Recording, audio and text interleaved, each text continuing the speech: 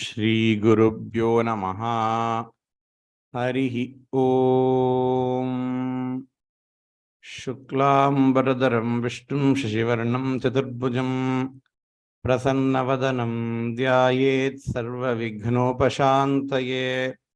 Gurur Brahma Gurur Vishnur Gurur Devo Maheshwaraha. Guru Sakshat Param Brahma Tasmai Shri Gurave Namaha. Gurave Sarvalokanam Vishaje Bhavaroginam Nidaye Sarva Vidyanam Shri Dakshinamurtaye Namaha. Shruti Smriti Purananam Alayam Karunalayam Namami Bhagavad Pada Shankaram Lokashankaram Apara Karuna Sindhum Jnanadam Shantarupinam Shri Chandrasekhara Gurum Pranamami Mudanvaham Parityajya Maunam Vatadasthitin cha Vrajan Bharatasya Pradeshat Pradesham Madhusyandi Vacha Janan Dharma Margenayan Shri Jayendro Gururbhati Chitte Namama Shankaran Vakya Vijayendra Saraswati Shri Gurum Sishtamar Ganunetaram Sanmati Pradam Sadguru Charanaravinda Namaha Shri Gurubhyo Namaha Harihi Om.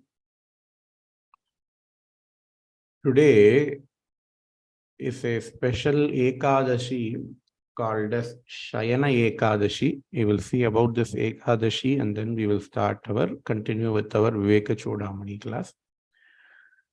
So Shastra says that in the month of Ashadha, Bhagavan Vishnu goes to sleep for 4 months.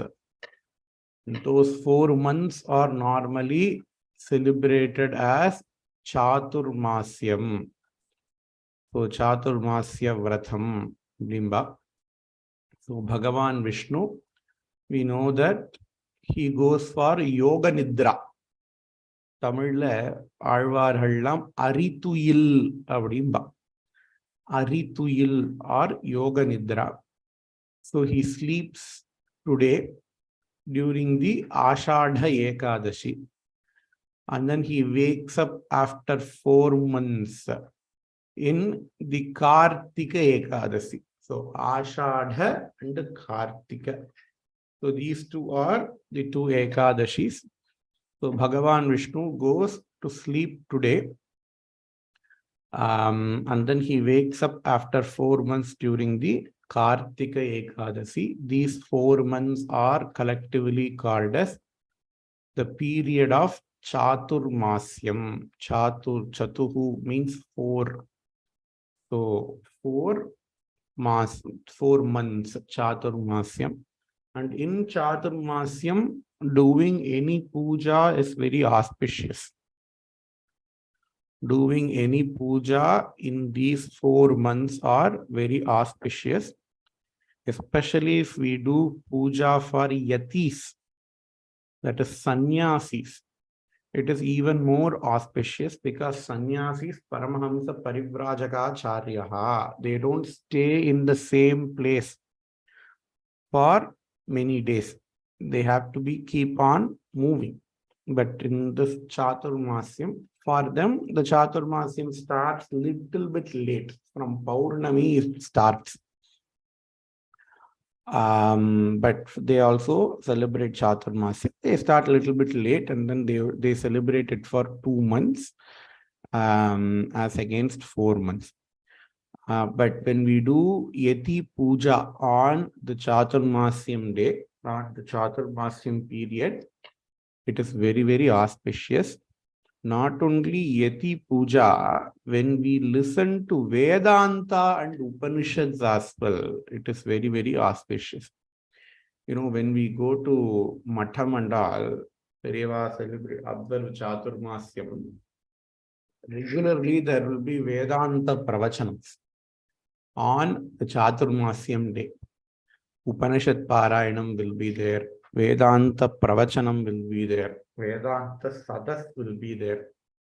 So all these are very, very auspicious on the time period of Chaturmasyam. So let us also pray to Bhagavan. Let us also pray to Periyava. And we can do some seva. Doing Bhiksha Vandanam during Chaturmasyam is very, very auspicious as well. Bhiksha Vandanam for Periyava during the Chaturmasyam time is very, very auspicious. So let us try to do whatever we could. In the worst case, we can at least chant some of the shlokas written by Adi Shankaracharya and do little bit of Vedanta Shravana Manana Nididhyasanam in this Chaturmasyam time and get Bhagavan's blessings. So now coming back to Viveka Chudamani. In Viveka Chudamani, Acharya is introducing an important topic called as Kaivalyam. So in the last class, we stopped with Kaivalyam. And then he is going to introduce another important topic of Nirvikalpa Samadhi. So those two topics we will see today. What is Kaivalyam? And some introduction for Samadhi. So, according to Advaita Vedanta, so this Kaivalyam is a state only present in the Advaita Vedanta. It comes from, it is related to Samskrita Vartai called as Kevalam. So this is not Tamil Kevalam. In Tamil, Kevalam means something undesirable. But in Sanskritam, Kevalam means only, without a second, without another thing. Without another thing, without a second entity is called as Kevalam. And that state is called as Kaivalyam. What is that state? That state of being without aware of a second entity is called as Kaivalyam. In Lalita Sahasranama, Ambal is called as Kaivalya Padadayini. Ambal is called as Kaivalya Padadayini. So Ambal, she is Jnana Swarupini. Ambal is Dakshinamurti Swarupini, Shiva Jnana Pradayini, Dhyana Dhyatru Dhyeya Rupa. So when we are seeing the Lalita Sahasranama meanings, we can actually relate. If you study Lalita Sahasranama after listening to Vedanta, you can enjoy Sahasranama even more. So there are many namas which are relevant to Vedanta in Lalita Sahasranama, and Kaivalya Padadayini is one of the important namas. So what is Kaivalyam? Kaivalyam is the state of existence where a person does not realize that there is a second entity. Okay. It is very hard to explain because it is something that has to be experienced, which can never be communicated from one person to another person. This is like asking, hey, how does sweet, the taste of sweet, how does it taste? What can we do? No matter how much we explain, you can never communicate the taste sweetness to somebody else. But what we can do is to take some sugar candy that is kalkand and then put it in somebody's mouth. Then they can experience that sweetness for themselves. Right? Sweetness can only be experienced, it can never be communicated. In the same way, moksham, kaivalyam, Jivan Mukti Sthiti, they can only be experienced. It can never be communicated from one person to another person. Again, there was an anecdote with Mahaperiyava. There was a Vedanta Sadas. probably during the period of Chaturmasyam, at the times of Mahaperiyava, because even now the Vedanta Sadas and all is regularly conducted during Chaturmasya Vratam. It happened during the times of Mahaperiyava. There was a charcha, there was a, in Sadas, it is like a conference. They will take a problem statement and then they will argue. So there will be people who is arguing for and arguing against, and then they will come to a conclusion. This is how all the Sadas should be run. So during this Vedanta Sadas, people were discussing the topic of Videha Mukti, Jivan Mukti and Videha Mukti. Jivan Mukti Lakshanam is being discussed. And there was, a lot of discussion going on. And Mahaperiyava, he also participates in this Sadas. And he came and he asked lots of questions. Unfortunately, the students in the Sadas, they did not know. So they referred the question to the Acharya, who is also present in the Sadas. And the Acharya, he tried to explain as much as he can the questions raised by Mahaperiyava. And at one point of time, he said, "Hey, Periyava, I tried to explain as much as I could, but this is a very complex topic. This can only be explained by yourself. Jivan Mukta, yourself. So please please explain this thing to us so that we can get enlightened. Sharanagati. I don't know anything. Please explain it to me."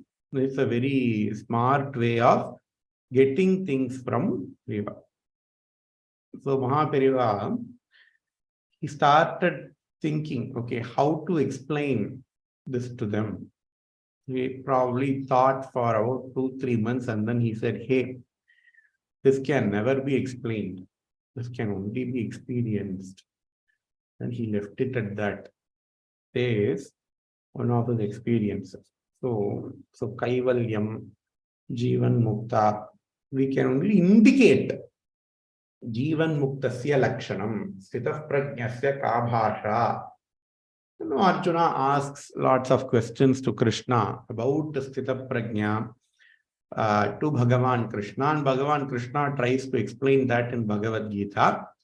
Again, we can read, but only when we experience those qualities in ourselves, we can experience the Sthita Prajnatvam or Jivan Muktatvam. So, going back to Kaivalyam, in Tamil, there is a book called as Kaivalya Navanitam. It is written by one Tandavaraya Swamigal, a very great Tamil Vedantic textbook like Viveka Chudamani. So Kaivalya Navanidam, it is a great textbook that again explains about Kaivalyam. Even though Kaivalyam, the state Kaivalyam is talked about in Vedas, in Puranas, in Shrutis and Smritis, only Advaita Vedanta accepts the state of Kaivalyam. Visishtadvaitam and Dvaitam, those philosophies, they do not accept Kaivalyam wholeheartedly. Only a small part, only one school of thought in Sri Vaishnava, they accept Kaivalyam. The Vadakalai, the Tenkalai Sampradaya, I think. The other Sampradaya, they do not accept Kaivalyam. So what is Kaivalyam? We experience our body. We transact through our body, right? And when we transact through our body, we experience other bodies as well, right? Other jivas as well. I am there. My wife is there. My mother is there. My father is there. There are my friends, my relatives. I have a cow. All these jivas I experience. I do not control what others do. right? When I experience my body, most of the time I cannot even control what my body does. I cannot even control what my mind does to me, right? So my mind can never be controlled.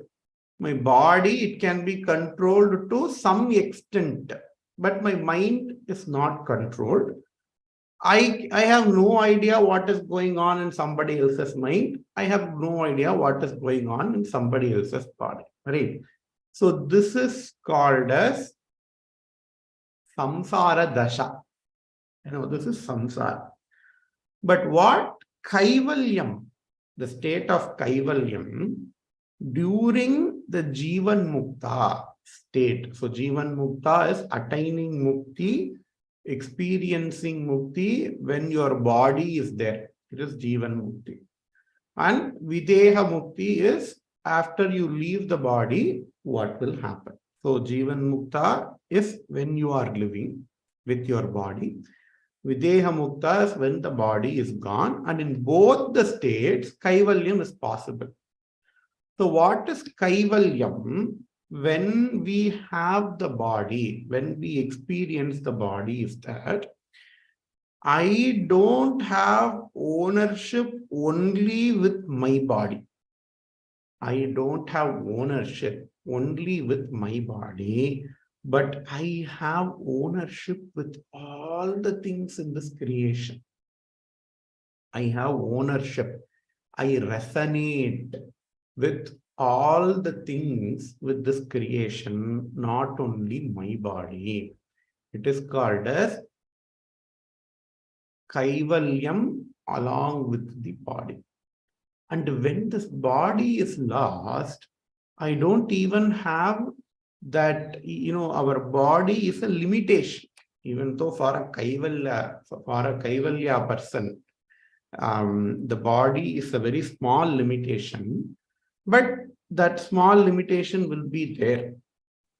But when his body is lost, when he loses his body, he identifies with each and everything in this nature.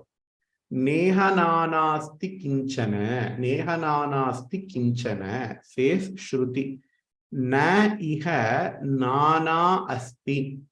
Iha nana na asti. Iha means here. Nana means manifold things. Iha nana na asti. Here, there are no manifold things. Like if I go to a gold shop, if I go to a jewelry shop, he is going to show me bangle. He is going to show me gold coins. He is going to show me gold ring. He is going to show me gold chain. He is going to show me gold vattiyanam. He is going to show me gold nettichutti. He is going to show me many different gold things. But as long as I keep my mind fixed on the name and the form, I am going to see many things in the gold shop, right? Name and the form. This is bangle, this is chain, this is haram, this is nittichutti, this is vattiyanam, etc. But if I change my outlook from names and forms to vastu, if I change my outlook from names and forms to vastu, to the material, then I only see one thing. What is that? Gold. I don't see anything other than gold. So somebody jokingly say, thieves are the greatest Atmajnanis, they say. Thieves, the gold thieves, they are the greatest Atmajnani. Why? Because if you and I, we go to a jewelry shop, even though you and I know that, okay, there is nothing but gold, there is only gold, there is nothing but gold in the jewelry shop, we still keep on wondering about the name and form. Even if I don't like a design, I will not buy that. But I for sure know that it has the same amount of gold as the other thing. But I give so much importance to the name and the form. But what happens to a burglar, a gold burglar who is going to rob the shop? He does not carry about the design of the bangle. He does not carry about. He does not care about the design of the chain. He does not worry about the design of Oddiana.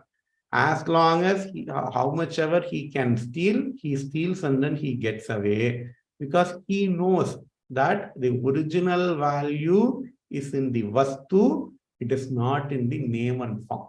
So somebody says that, okay, thieves, poetically, of course, thieves are the greatest Atma Jnani. They don't worry about the name and form, but they only worry about the vastu, they say. In the same way, we all have to be that thieves in the world. We should not give that much importance to the name and the form, but to the vastu of the world. What is the basic vastu of the world? It is Atma. It is Brahman. So the relationship between Brahman and the world is same as that of the relationship between gold and the ornaments.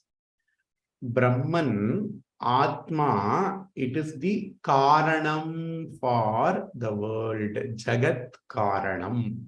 Just like how gold is the Karanam for all the ornaments. Because Karanam has to be present along with the Karyam. You cannot say, okay, I made a bangle out of the gold and now I separate the gold. You make a bangle from gold. Can you remove gold from the gold bangle? You cannot. If you remove gold, then there is nothing there. In the same way, Veda says this universe is made from Bhagavan.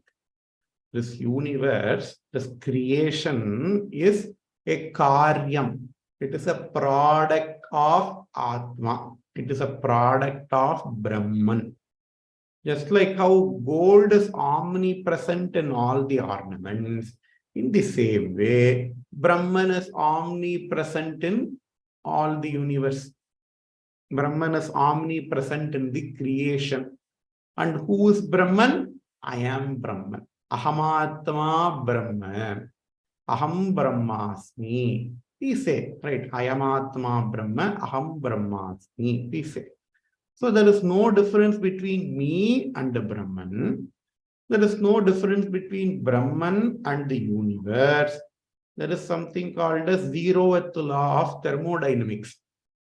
If A is equal to B, B is equal to C, then A is equal to C. Right? So that is called as zeroth law of thermodynamics. We can apply that law here. If I am is equal to Brahman, and if Brahman is equal to Jagat, then I am the Jagat. Right? That state is called as Kaivalyam. That state of identifying with each and every entity in this universe. That state of identifying with each and every entity in this universe, where you do not see any second entity apart from yourself. Where you do not see any second entity apart from yourself. Yourself means not this body, but the Atma. That is called as Kaivalyam. That is technically called as Kaivalyam. You identify with each and everything, with all the living beings, with all the inert things in this universe. Everything I identify. Just like how gold identifies with everything in this world, everything in an ornament world, everything in the jewelry shop. In the same way, I also identify with everything in this world. That is called as Kaivalyam during the sthiti of body. And when my body goes away, Advaita Vedanta does not accept, okay, your Jivan is traveling from here to Swarga. Your Jiva, it travels from here to Yamadharma Raja's court, and then you will be sorted. Okay, you go to Swarga, you go to Naraka. Vedanta says that is not for Jnanis. That is for Ajnanis. Only for Ajnanis, because they have not realized their own nature, they will be going through. The path is beautifully mentioned in Garuda Puranam. They will go through, Vaikarni Nadi, all those things, Viraja Nadi, all those things they will say. Okay, and then this Jiva go to Swarga, Jiva goes to Naraga, or if they have done some Upasana, they go to Vaikuntha, or they go to Kailasha, or they go to Brahmaloka. This is not for Jnanis. For Jnanis, because they have already identified themselves with this universe, just like how a salt crystal dissolves in water. When a salt crystal, you take some salt crystal, you put it some water. After some time, what is going to do? The crystal is going to dissolve in water. The crystal is going to be omnipresent in the water. Right? I put the salt crystal only in the bottom of the water. But after 5 minutes, if I drink the top part of the water, the salt is going to be present in the top part of the water as well. Why? Because the salt gets dissolved in the water. The salt is omnipresent in the water. In the same way, for a Videha Mukta, his Atma gets dissolved in this universe. Because he is nothing but the universe. Right? His Atma is going to be omnipresent, and only his Atma will be there. Nothing else will be there. Why? Because there is only one Atma. His Atma, his so-called ego. His so-called ego. When I say ego, it is not, we should not have that negative connotation to the ego. Is ahankara. I myself, that myness, right? That ahankara dissolves in this universe. That is why he is omnipresent everywhere. When Mahaperiyava was present in his body, you have to go to a certain place to meet him. Right? If Mahaperiyava's Chaturmasyam is in Kumbhakonam, then I can only meet him when I go to Kumbhakonam. He is present everywhere, but I cannot realize his presence everywhere. Right? But the moment he leaves his body, there is nothing that limits him. Our body, it is a limitation. It limits him, it confines him to a certain place, to a certain time. But the moment he leaves off that limitation, the moment Periyava leaves his body, then I can see him from wherever I am sitting. That is why it is possible to build a temple for Mahaperiyava in USA. Mahaperiyava, when he was present along with his body, he will not step out of the boundaries of India. But now in the temple, Mahaperiyava's temple is going to come in USA, Manimandapam is going to come in USA, and his Sanidhyam is present there. How is it possible? Because he has dissolved himself, Kaivalyam, everywhere. So wherever creation is there, we can see him in that creation because he is omnipresent. He becomes omnipresent, Kaivalya. So that state, Acharya is explaining here. So we can attain that state, Kaivalyam, after getting the Aham Brahmasmi Jnanam. What is Aham Brahmasmi Jnanam? I am that Brahman Jnana. Who am I? Am I this body? No, I am not the body, but I am the soul. I am the Atma which enlivens that body. That concept we have to be very, very careful. Whenever we say I am, Aham in Vedanta, we do not refer to the body, but we refer to the Atma which enlivens, which operates through this body. With this, we will finish today's class. पूर्णमदः पूर्णमिदं पूर्णात् पूर्णमुदच्यते पूर्णस्य पूर्णमादाय पूर्णमेवावशिष्यते। ओम शांति शांति शांति। श्री गुरुभ्यो नमः।